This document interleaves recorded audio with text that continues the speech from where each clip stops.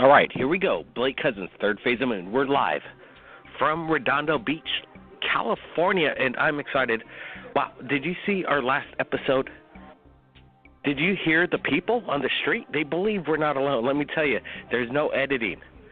There was no editing. Everybody right here in Los Angeles, who I ever asked, they know we're not alone in the universe. Whether they're aliens or not, I'm not sure. We're broadcasting live right now outside Redondo Beach, so I'm not sure how long this is going to last. There's a lot of sirens going on. There's a lot of activity. Man, let me tell you, this is quite exciting because, this is what it's all about. This is what it's all about. I wanted to hear if you're reading me right now, people, give me a heads up on the flash chat. Do you read me? I want to make sure we're good to go. Okay, here we go. We're live. And you know what? This is Third Phase of Moon, and we will be taking questions from around the world. So this is cool. This is really cool because, let me tell you, people want to know whether we're alone in the universe. And I got a feeling the public knows because I know. I've seen things I can't explain. I can't explain it. Can you, people? What's going on right now? The governments from around the world got to let it out. They got to let it out right now that this is the real deal, people. This has got to be the time. This has got to be the year. Come on. We're done with the smoke and mirrors from the government. I have some photos that I'm going to be releasing from NASA tomorrow, and you won't believe what you're going to see. It looks like a test pilot. His name is, I think, Bill Dana, if I'm not mistaken, and he looks like an astronaut flying this flying saucer type craft developed by NASA from 1955 to 1966. What are these black and white photographs? Wait till you see what I'm going to be sharing to you tomorrow. It's quite amazing. Okay, so now we're going to go to callers right now. So stand by, everybody. Let's get to it. 618. You're live, Third Phase of Moon. Welcome to the show. How are you doing, Blake? I'm doing good. Welcome. What's your name? This is Alan. There's a couple of things I'd like to share with you. I was involved in a long-running debate concerning the moon landing, which I'd kind of like to share with you. But before I share that with you, I'd like to share something that happened while I was in the military, located in Bad Kissingen, Germany. Absolutely. Let's hear it. Basically, what had happened is one Saturday night, it was like the second week that I actually arrived at Bad Kissingen, Germany. I just had orientation, so I had very light duty. I also was suffering rather heavily from jet lag. But I was walking through town looking for what they called a Wienerwald, which is a chicken that they serve now at a lot of grocery stores now is the way they have it. But they have Wienerwald chickens over there like McDonald's here. So I was looking for it, and I noticed a bunch of civilians looking up at the sky and pointing. I had turned and I looked, and I seen an orange sphere. It was about 3/4 the size of a city block. It was moving between two sheer winds, both counter to the direction of travel it was going, which made it even more eerie.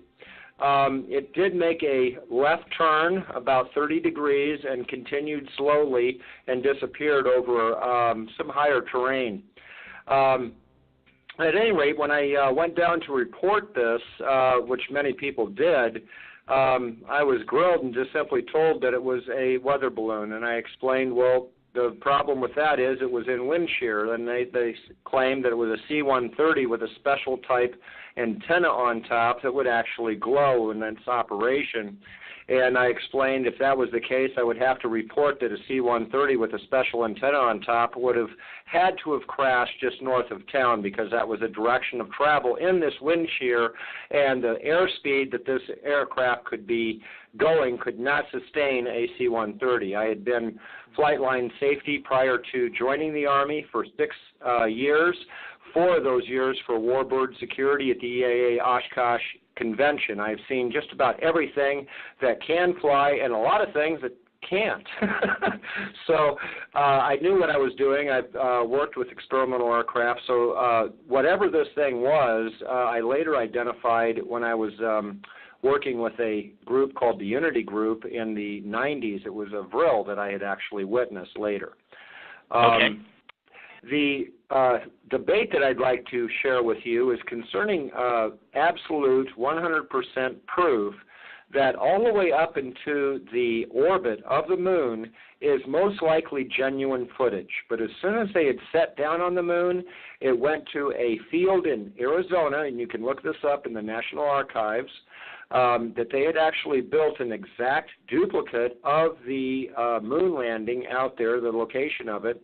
Now, I want you to imagine their reasoning for doing this. It's for training purposes. Well, let me think.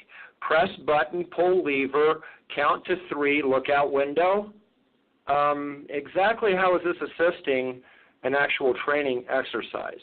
There's no reason for it. It was created to create a sound studio with other movie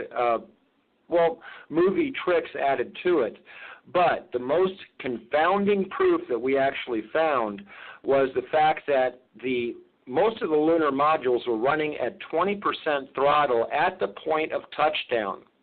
They did vary slightly in how much pressure they were putting out, or their maximum push, basically. But starting with Apollo 11, it should have been about 10,000 pounds thrust that engine was capable of, running at 20%. That means it was at least 1 ton of pressure and gases being built up under that craft when it landed, and you can clearly see that when the dust is escaping.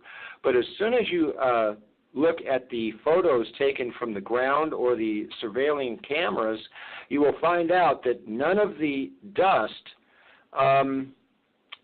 was actually blown away at all. It actually looks like it's perfectly settled. Example, if you took a leaf blower and you had a rock in your yard and you only leaf blowed up to the one side of the rock, it forms a V shape behind the rock. There was several different sizes of rock on the photographs while they're on the moon. You cannot see this V shape forming. The excuse that NASA was giving was the fact that it was a gas in a vacuum dissipating. Only that would increase this effect. So when we're looking for smoking guns and the fact that the government has lied to us, there's your smoking gun, literally. You know, I got a feeling there's something going on that NASA's not telling us. You got to see these photos that I'm going to be releasing tomorrow from a friend.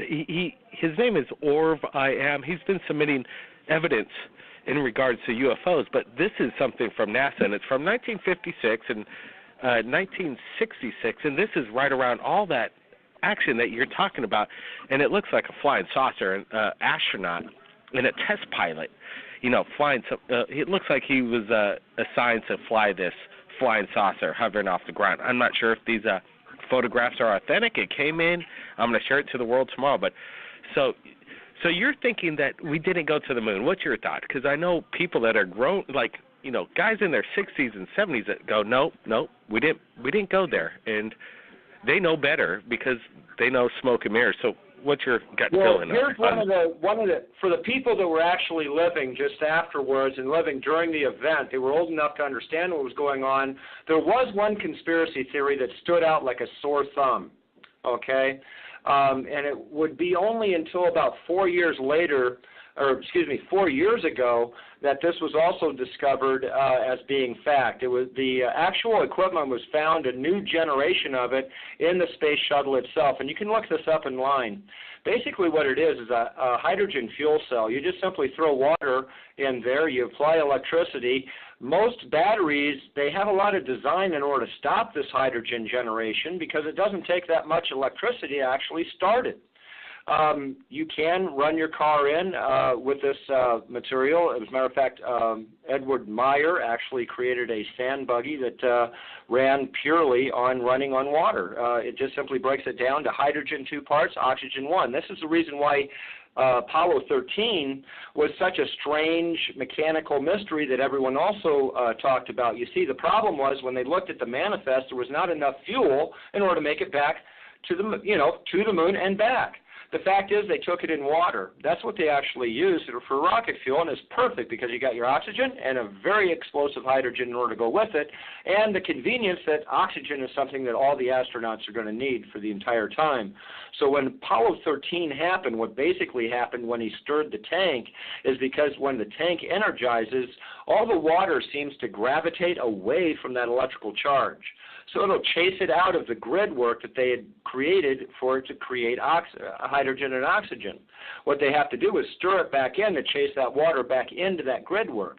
Well, he forgot to turn the unit off, and guess what? Caused an actual spark in the generator itself, so it blew the side off.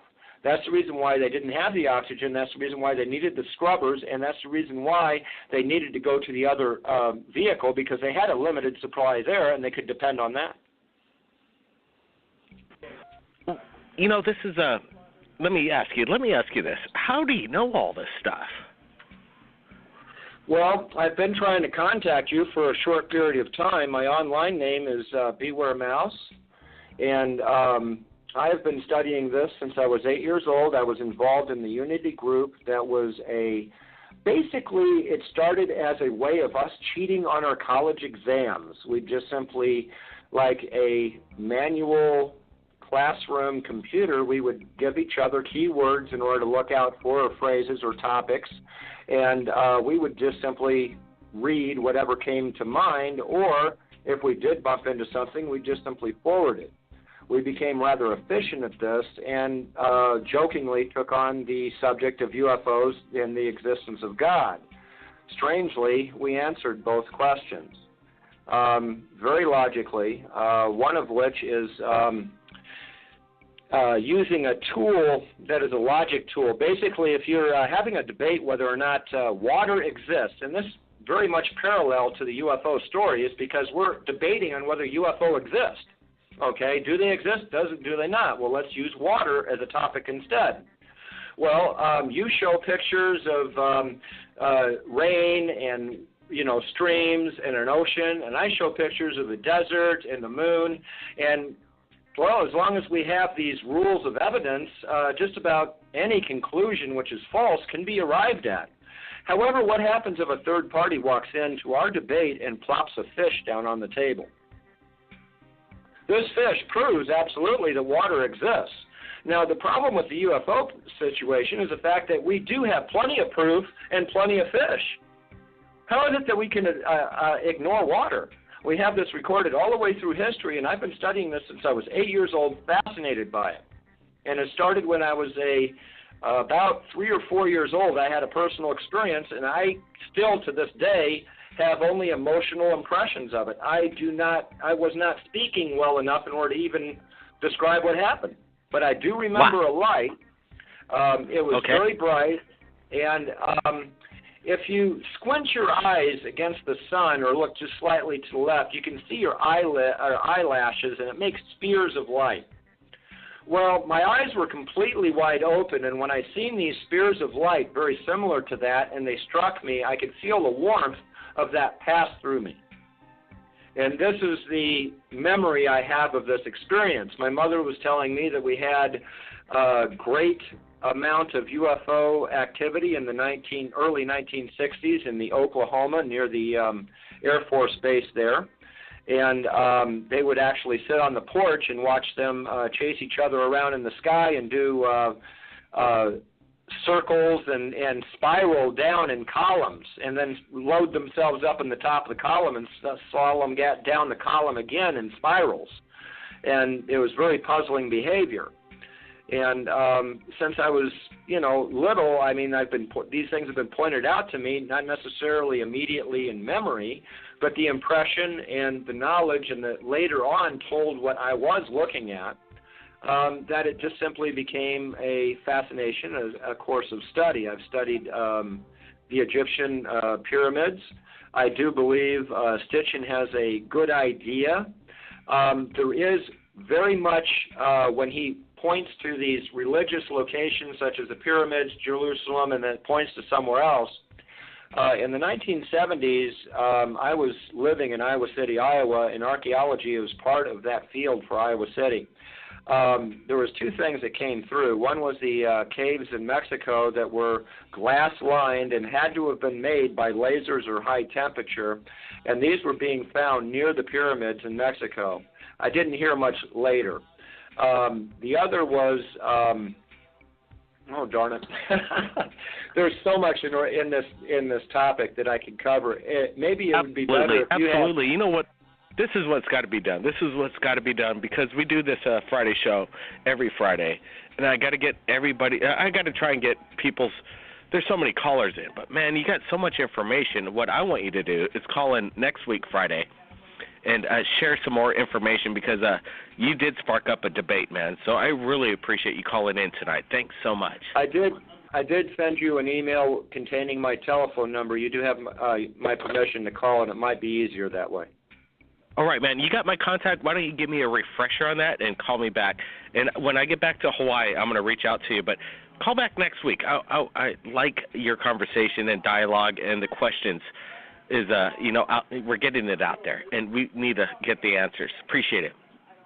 Thank you, Blake, and keep up the good work. You're doing a great job out there. Hey, thanks, man. We try. Man, it's a big responsibility, and I'm glad I have it because, people got to share their stories somewhere, and that's what I love about this. We got so many callers. Let me get to somebody. He's been hanging on for about 30 minutes. He called in really early in the show. 925, you there? Area code 925, you there? Hey, how's it going? Yeah, I'm here, Blake. All right, man. What did you think of that last conversation? What's your name? You got something you want to share tonight? Nothing in particular that I need to share that I haven't shared in the past because nothing has quite, interestingly enough, arisen. But the last debate, that gentleman, he has a very similar mindset to myself, wherein I've also been doing numerous years of research in terms of behavioral studies and pre-dynastic history and everything of the like. But I 100% love his topic of conversation, but I would love for you to get on with your next callers because I'm just listening in. Thank you, sir. Thank you. And, the debate has started. It has started. Let's bring in more callers, just as the caller just said. Let's bring them in. This is exciting. All the way in Los Angeles, Redondo Beach, California. It's pretty amazing. Let's do it. What are you doing? Hello, you there? 415? Hello? Hello? Yeah, you're live on Third Phase of Moon, sir. What's going on, man? How you doing? Pretty good. Where are you calling from? San Francisco, California. Nice. Well, I'm in the same state. Welcome. You got something you want to share tonight? Go ahead. Yeah, man. My name is Hub. I'm calling from San Francisco. I'm calling about, remember that stuff that happened in the sky all over California? They said it was a Navy test missile or whatever. Yeah, some kind of Atlas rocket or something that the media and the military wanted us to believe. And wait a second. By the way, I wanted to give a big shout, our condolences to the police officers slain today. That was, shocking to me when I woke up this morning. And this needs to be taken care of, this kind of business. But anyway, man, that's crazy, man. The killing got to stop, man. They got to stop killing. They got to stop killing black people. I mean, they got to stop killing cops. I mean, it just got to stop, man. That's all it is. Just make a truce. Just stop killing. Stop the killing. But let's get back to the Atlas rocket. Go ahead. Thank you, sir.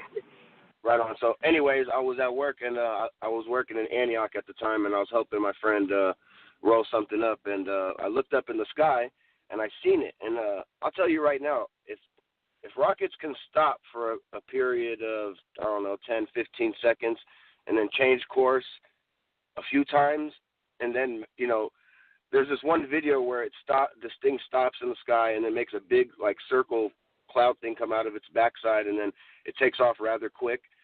It's exactly what happened. And I don't know if we have anything like that. I'm just saying, I don't know if people fall for it or what, but I don't think it was nothing Navy. I seen it that was the first thing I ever seen with my own eyes and made me, start looking up. I haven't stopped looking up ever since.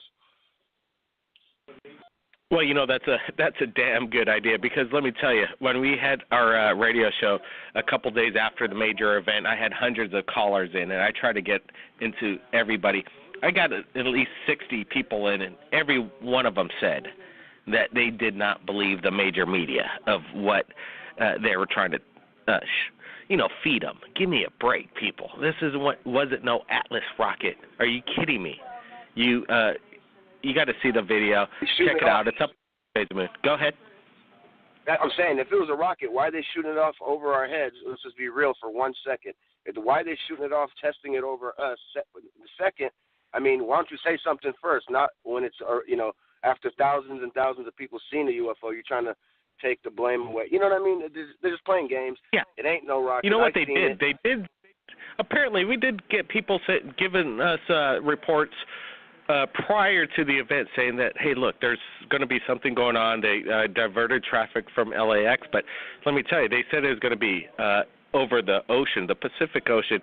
Everybody said it was heading inland, and you saw whatever that thing was. It was spewing something over the skies, yep. Man. I'm sure glad I wasn't in California at that time. I don't know. I'm just saying, it looked weird, and it looked, I got to say, it looked like something was spraying over the city. It looked like something going on. It was massive. Go ahead. You're right. I'm all the way inland in Antioch. If you look on the map, Antioch is all the way past San Francisco, probably about 40 miles.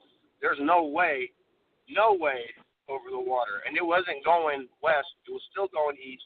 After it made that big cloud of smoke and took off, I kept my eye on it for a second, and it disappeared. But you could still see it because the daylight wasn't all the way gone, and you could still follow. I followed it for a good, 5 minutes, and so my eyes couldn't, keep up with it. And that was the craziest thing I ever seen. It wasn't no Navy test missile. So if you saw it, you know what it was. I don't know. That's what I think, man. That's probably awesome. Yeah. Well, you know what, man? You know what? I'm glad you have your eyes on the skies because that's what people need to do. Let me tell you. If you're not looking up and you don't believe that we're not alone, let me tell you, you'll be surprised. You're going to be sorely disappointed if you don't think we're alone because you're going to see something you can't possibly explain. Hey, thanks, man, for calling in. Appreciate it. Hey, man, I like your show, man. I appreciate it. I'm going to keep up with you. I'll call you back sometime. You do that. All the way from San Francisco, California. Sweet. Let's get to, I think we got an area code 505 on the line. Let's get to them. Welcome to the show. Hello. 505. Hi there. Hello? Hi, my name is Ariana, and I'm calling from Albuquerque, New Mexico. I've been trying to email. Thank you so much. You put on a great show. I appreciate what you're doing. We're definitely not alone. But let me just tell you what happened. This was back in May. I've been trying to send you a couple of pictures. Mom and I were going to the casino, and the sky was incredibly colorful and ominous looking, like there was a big thunderstorm coming through. I started taking pictures all around me, and I sent them to various family and friends in Chicago. Nonetheless, I got curious one day because one of the pictures had a little eyeball on the cloud, and I zoomed in, and it is a... I'm sorry? An eyeball? Hello? It looked like an eyeball? Well, it was like a light, but it just as soon as I zoomed in, because I took all these simultaneous pictures on my cell phone. So when you press your cell phone, it takes one after the other, all these consecutive pictures. But I noticed that one of the pictures, well, more than one of the pictures, had a light in it. So when I zoomed in, it's not really a triangular. I've seen it on your show already, so somebody's taken pictures of the same kind of UFO that I captured. That was back in May. And just recently, approximately 3 weeks ago, on my way to Gallup, New Mexico, I saw something on the horizon. It was 3 consecutive lights. As soon as my partner told me to take the camera and get it, 2 of the lights were still there, and the third one had disappeared. It was bright. It was in the evening. That one I did not capture. But as soon as I can, I will send you pictures so you can post it and check it out. I was very much surprised. And, Absolutely. I showed all. Yes. We have our Facebook, right? Third Phase of Moon. It's all in the links in our About page. You should just post on our visitor post. That's what people do. Okay, and there's I can so do much. that. And then we'll take a look at it. But let me tell you, we don't get to share everything on Third Phase of Moon, but we get to share everything on Facebook. So that's really cool. And everybody gets to see it. I look at it, and I want to see it. I want to see it. And that's what it's all about, sharing the information, sharing people's experience and evidence. That's amazing. It's so incredible. I gotta thanks for calling in. Do you see the crescent moon? There's a crescent moon outside right now, and I'm looking at it, and I'm doing this broadcast in Redondo Beach. It's pretty exciting. I will go check it out. It's been a little overcast all day today, but I will see what I can see. And keep up the great work. Thank you for sharing all the info. Have a good night. Hey, thanks a lot. What was your name again? Let me get your name so I recognize it on Facebook. Sure. It's B.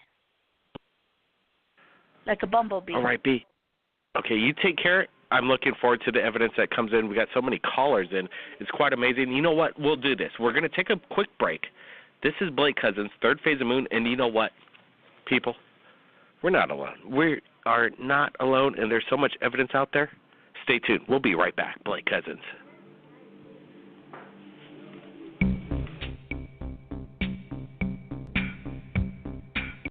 Welcome back, people. Welcome back, Blake Cousins, Third Phase of Moon, and we're live right now, Redondo Beach, California, taking calls from around the world, and you know what? This is what I like. People's stories, information, insight. You know what? We could break news to the world right now, and people just could wake up right now and know that we're not alone. Let's find out if we could do this. Let's find out. Let's see who's up next. Let's see if 253 is there. 253, you there? 253. Hello? All right, we're going to drop 253 and see. Maybe they're just on for the ride, but we got to open up the lines. Let's open up the lines right now. 859, welcome to the show. Hello? Hello? Yep, you're live. Welcome to the show. Hello? Is this Third Phase of Moon? Yeah, it's Third Phase of Moon. What's up? Oh, hello? Oh, that guy just dropped out. I don't know. Of course it's Third Phase of Moon. That's why you're calling in, right? 845. Hello, you're live. Welcome to the show. Blake, what's good, man? What's going on, man? Where are you calling in from? This is Lynn from Nyack, man. Nyack, New York. Oh. What's up, man? Where are you calling from? From Nyack, New York. Oh, from New York. All right, Nyack, man. New York. Yeah. How you doing, man? What's going on up? Everything's good, man. I watch the show all the time. I do all my information from Zip Broadway to Westfall. And it's absolutely true. Aliens exist. There's other worlds, other dimensions. It's absolutely true, man. You know what I'm saying? And I applaud your work and your brother and everyone else. And I thank you guys, man, you know? Hey, man, thanks, man. What makes you feel that we're not alone? Have you had an experience yourself, sir? Well, I've seen two spaceships, not swamp gas, not no drones. The drone is the new swamp gas. I've seen two spaceships. I've seen one like a quarter. Then it looked like a shining quarter. It turned into like a refrigerator. And then it exploded like a green light.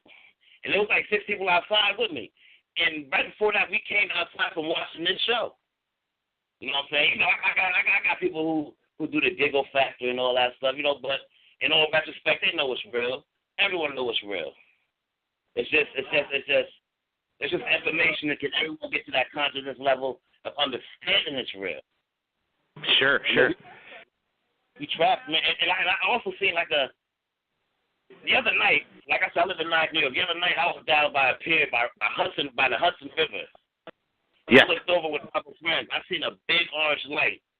It just disappeared, then it came back on. It was repeatedly, you know. It was, but I'd like to say thank you, man. I always wanted to call in, and keep up the good work. Third Phase of Moon, #1. Love you guys, man.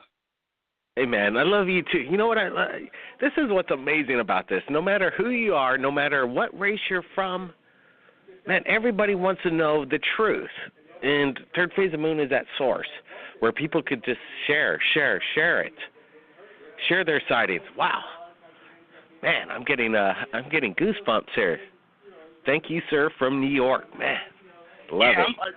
My handle on the page is Major Galactica. You probably seen it a couple times. I have a couple arguments because it gets kind of like annoying for people to sit back and be like, we only discovered the world's not flat. We only understand that there's other beings and races, good or evil. You know what I'm saying? Why do we? You know what I'm saying? For people to still deny this, it's just crazy, man. It's just absolutely crazy, man. But like I said, man, thank you. Yeah. Thank you, man.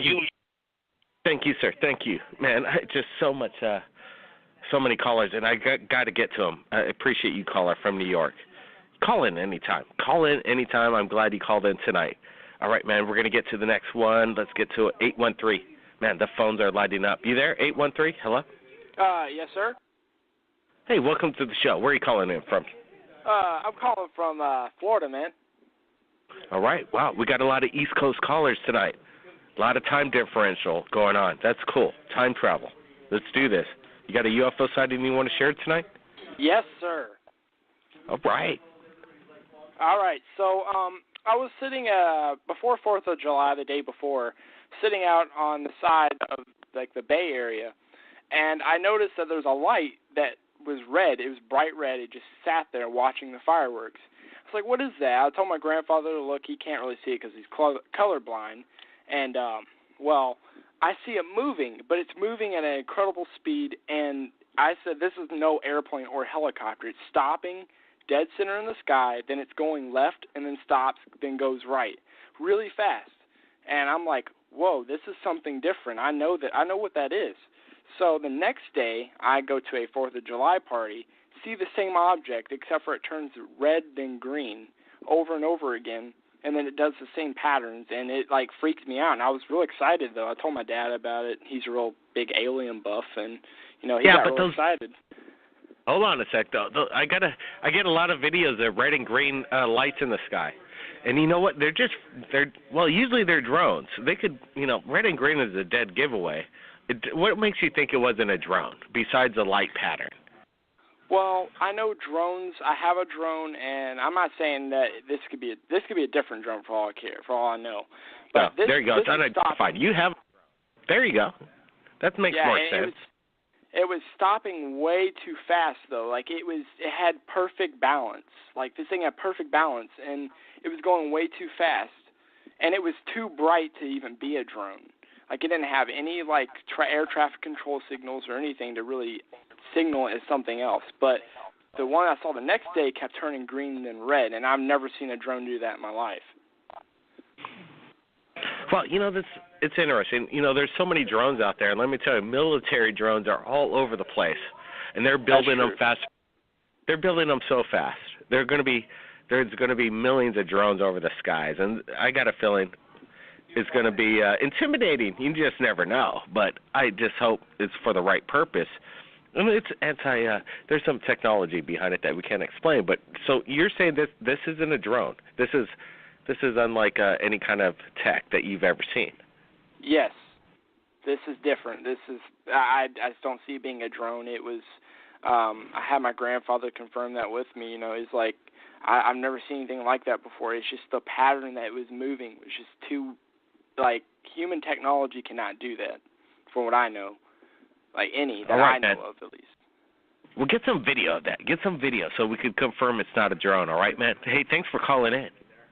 Okay. All right, man. Thank you. That's cool. There's callers from all around the world. Let's get to another one. This looks like it's from San Diego. We're going from East Coast to West Coast. Let's do this. 619, hello? Hi, I'm just listening, if you don't mind. All right, no problem. We're moving along. We like listeners.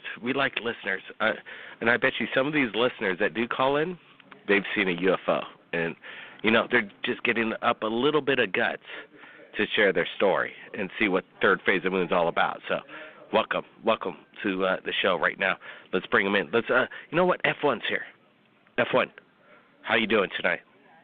Hey, what a great show, Blake. I'm glad you're a stone throw away from me, and it's interesting. It seems like there's a lot of juice tonight, huh? It's coming in from everywhere. It is. It's just, it's the third phase of moon effect is finally kind of coming together where people are waking up. That, man. Yeah, there's a lot of good information. A lot of good information coming in. The people that are calling in seem to be of a higher education. They do their homework, and I'm seeing people lose the fear factor. And I've watched this whole ufology has come so far, and it's so neat to see that you guys are really the ones bringing it together. And I know you guys aren't looking for any type of glory, but you know what? You guys deserve so much props. You guys are very good friends of mine, and you're very good friends to a lot more people that you don't even know, because you're making it possible for people to feel okay with coming forward with their own personal disclosure. And I think that the tidal wave, you guys have created your own tsunami of information that cannot be stopped. And all I can say other than that, too, is that, I feel like something more than disclosure is at hand, and it's very close, and I could just feel it. And someone that's been there the whole time watching this and having my finger on the pulse, we're going to see something huge pretty quick, and then, you know what? It's on. There's some coming in. Stand by. I'm going to keep you live right now, but I want to bring in. There's so many callers. I got to get them to them now. Yeah, we're good, man. Hey, aloha, welcome to California, you guys. It's great to have you here. It is, and you know what, people? We're going to be meeting up with F1, and F1's going to reveal what F1 looks like. It's going to be quite incredible. We're going to be on location. We're going to go over some of his experiences in detail, and stay tuned for that. This is going to be happening in the next couple of weeks. Wow, this is incredible. Let's bring in 415. 415, you there? Hello? Blake? Yep, this is Blake, Third Phase of Moon. Hey, what's up, bro? I already talked to you earlier. I don't know why I got back on. Oh, okay, no problem. Appreciate that. Hey, Blake. I'd like people are respecting that callers got to get in. So there's so many callers. We'll try and bring in. I don't know if I got to 813 yet. Did I bring 813? Let's see. Yeah. 813, you there? Yes, sir. Are you the first? Have you been on the show tonight? Yes, you already talked to me, sir. Gotcha. There's a lot of callers. A lot of people want to listen. 801? Yep. Have I got you, 801? First time call in tonight? 801, you there? 801, hello? There's a lot of 801s here. Hi, how are you doing, Blake? Oh, pretty good. How you doing, sir? Hey, I'm doing really good. I'm Nathan. I talked on the show a couple times before. I know you're in California. I told you about my contact encounter in California that both my father and I had. I was going to give you the address to my location out there if you ever wanted to head out and check out that area. Absolutely. You're not in the immediate area right now? I'm probably about 45 minutes from where you're located. I don't live there currently now, but you could go check out that place, and I would almost suspect that you might encounter something. Well, why don't you do this? Why don't you come down and we'll go there together? How long are you going to be out in California for? I'm in Utah right now. Well, you're in Utah. That's about 8 or 9 hours away. I've driven to L.A. from Utah and back in one day. Let me tell you, I did 1,800 miles in one day. It was a joke. I'm not going to do that again. So, yeah. Well, we're here. We're here for about 3 weeks, and that's going to be it's going to be an amazing ride. I just had one important message to give all the callers, and, I really do appreciate F1. I know him and I have never really had a chance to talk, but... Hold on. Let me get F1 on the show. Let me get F1 on, and you tell him yourself, because I love collaboration, and here he is. Here's F1. Go ahead. Hey, how you doing, brother? Hey man, really good. Thanks, man. You know what? Anything that you can say as a compliment it's well taken. I think all the people that call in, especially knowing how the Cousins brothers are with their love and their aloha, and they're just great people, is greatly appreciated. And anyone that's on the borderline, just call in. There's a lot of love here. You will be received well. And thank you for any compliment that you wish to give me. I can tell you that the only reason I do this is to help other people and to find the answers myself. Well, I appreciate Blake and you guys. I've been wanting to talk to you for a little bit because I know you're a contactee as well as I am. And I would have to 100% agree with you that something big is going to change. It's not disclosure. It's going to be more than that. And one thing that maybe you and I will definitely agree on as a contactee, the whole extraterrestrial experience is about knowing who you are more and that level of consciousness. Would you agree with that? Absolutely. That's why things are the way they are, because they're giving you time to admit to yourselves and to find and to take your own path to find that that's just us from the future. And exactly. It's true. And, don't be surprised if we all have a little bit of lizard men in us as well, because if you look at your hands and your feet, we do have webbed hands. We do survive underwater, even though it's with only our lungs. We are amphibious. We do have webbed extremities. And, don't be surprised if it's revealed that we have a little reptilian in us as well. Yep. And one more thing that I would like to mention so other callers could come in line. I'm sure you've had physical encounters as well as myself. One thing that I would encourage everybody that is trying to seek that type of relationship, because that's what it is, first you must devote all the time into that to get what you want out of it, meaning that you have to devote that particular mindset to accept what's going to happen to you down the road. And they're spirit guides, and that's what extraterrestrials are. They're spirit guides. Just like us, we have a spirit, so do they. And the most important thing is knowing yourself, because that's how they're going to teach you. Yeah, I was wondering, do you have a great love for people? I mean, obviously there's good people and bad people, but, you know what I mean. I don't like to see anyone get hurt, any color, any level of intelligence or any of that. It's to me, I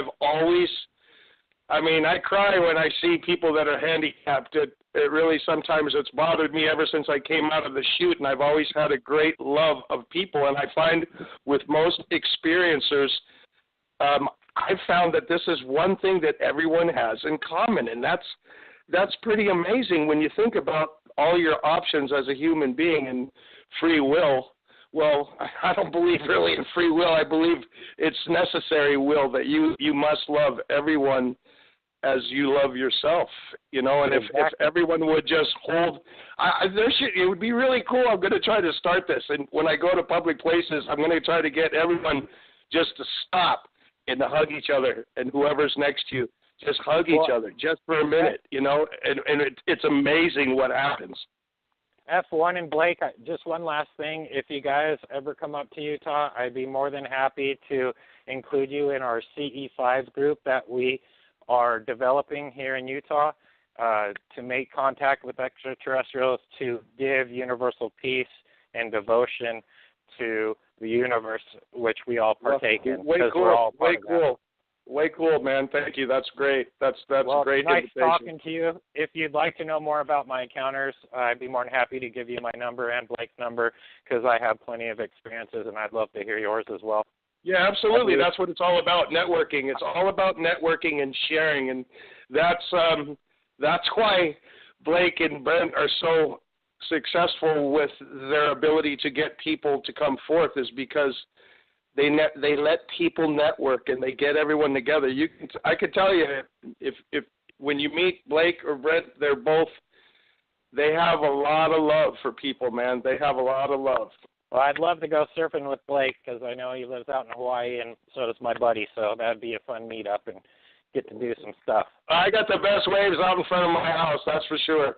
Oh, trust me. I was born in Torrance, California, so surfing's a part of my life. I go to Salt Creek, Trussell's. That's Salt Creek is in my front yard. Trussell's is 5 minutes away. Awesome. Well, good talking to you. I'll let other callers get in, but if you want to ever be in contact, I believe contactees should always be in contact to help each other out and others. That's what the you sound like a real good guy. About. Thank you very much for your time and your love. It's great to hear from you. Thank you. And thank you, Blake, so much for doing what you do. It's good that you guys get people out here to let this information out, because it's not fun bottling it up. It's deserved to be shared for everybody. Amen. You guys have a great night. Thank you. I'll keep listening on the show. All right. Are we on? Do you want my number? Yeah. What you should do is go into Blake, contact us, and that way it's done without a million people getting it. That we should be select about that. Absolutely. Exactly. That's what it's all about. Hello, I'm trying to broadcast in. Am I in F1? Okay. F1, am I in? I'm not in. I can hear you on my end. Hey, baby. Hey. What you doing?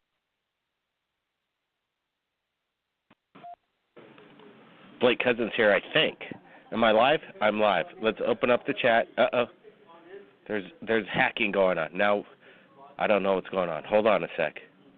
Hold on a sec, people. Dang it. This isn't good. I don't like being hacked. We're going to close this down. Am I live, people? Am I live? 801? Hello?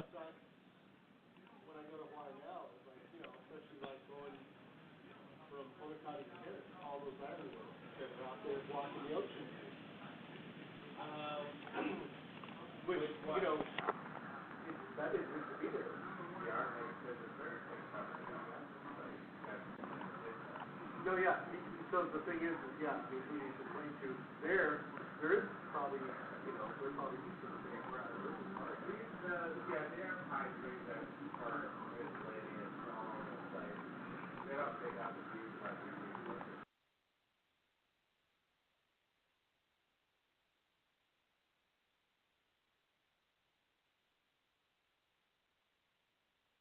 do. All right. I'm not sure what's going on. If we're hacked or not, give me a heads up if we're live. We're live here. You know what? This is unfortunate. It's very unfortunate we can't get to everybody. I'm not exactly sure what's going on. And if you could hear me, does anybody hear me? Anybody read this? All right. What's going on? What's going on? Do people... Sorry, guys. There's something going on with my computer. I can't get out. And I don't know if I'm getting to other calls. You know what? We're going to do this next week, Friday. Stay tuned for NASA. New information that just came in. I'm not sure if we're broadcasting live, but let me tell you this. There's something going on. So we're going to hopefully get it out. Stay tuned to Third Phase of Moon. Blake Cousins.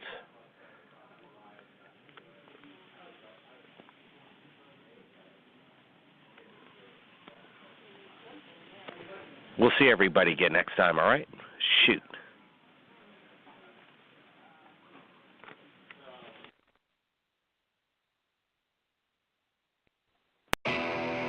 A Napa guy knows the only way you'd give a freshly minted driver a brand new car is if he promises to never drive it. Instead, let him grind the gears and knock over the neighbor's mailbox in something a little more suited to his skill level. And with over 400,000 parts and a little Napa know-how, he can safely drive something that's nearly as old as he is. It's not perfect, but it's perfect for him. That's Napa know-how. What do your glutes, abs, calves, quads, and retirement plan have in common? Well, you can help make them all stronger by going for a run, thanks to the 4.01k Race for Retirement by Prudential on September 17th. Sign up at run401k.com for the fun run with a different kind of goal to help you save more for the future. Join us on September 17th at the Rose Bowl. Register for free at run401k.com. Prudential Insurance Company of America, Newark, New Jersey.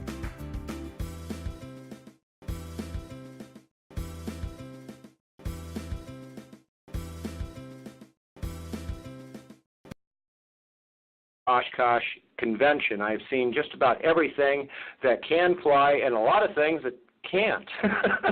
So I knew what I was doing. I've worked with experimental aircraft. So whatever this thing was, I later identified when I was working with a group called the Unity Group in the 90s. It was a vril that I had actually witnessed later.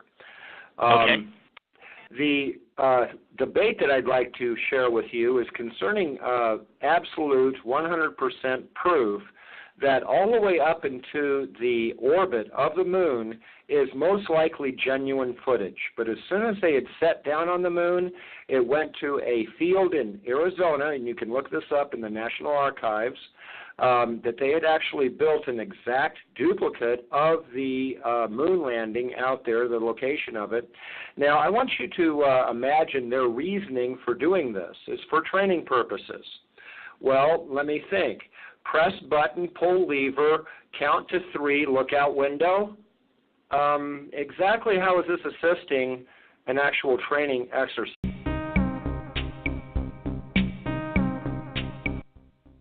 All right, here we go. Blake Cousins, Third Phase of Moon. We're live from Redondo Beach, California, and I'm excited. Wow, did you see our last episode? Did you hear the people on the street? They believe we're not alone. Let me tell you, there's no editing. There was no editing. Everybody right here in Los Angeles, who I ever asked, they know we're not alone in the universe. Whether they're aliens or not, I'm not sure. We're broadcasting live right now outside Redondo Beach, so I'm not sure how long this is going to last. There's a lot of sirens going on. There's a lot of activity. Man, let me tell you, this is quite exciting because this is what it's all about. This is what it's all about. I wanted to hear if you're reading me right now, people, give me a heads up on the flash chat. Do you read me? I want to make sure we're good to go. Okay, here we go. We're live, and you know what? This is Third Phase of Moon, and we will be taking questions from around the world. So this is cool. This is really cool because let me tell you, people want to know whether we're alone in the universe, and I got a feeling the public knows because I know. I've seen things I can't explain. I can't explain it. Can you, people? What's going on right now? The governments from around the world got to let it out. They got to let it out right now that this is the real deal, people.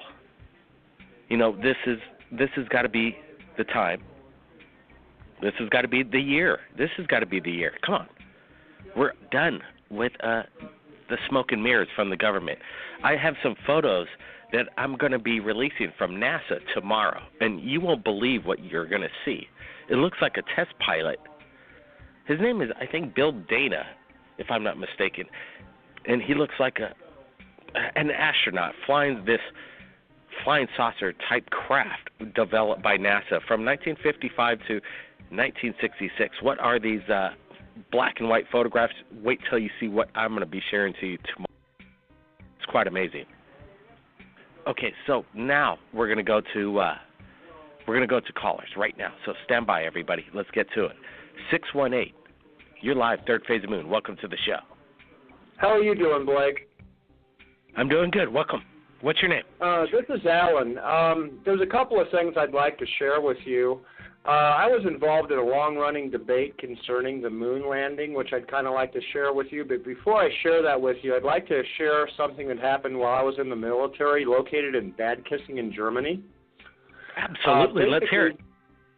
Basically, what had happened is one Saturday night, it was like the second week that I actually arrived at Bad Kissingen, Germany.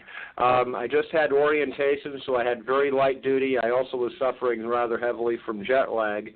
But I was walking through town looking for what they called a Wienerwald, which is a chicken that they serve now at a lot of grocery stores now is the way they have it. But they have Wienerwald chickens over there like McDonald's here.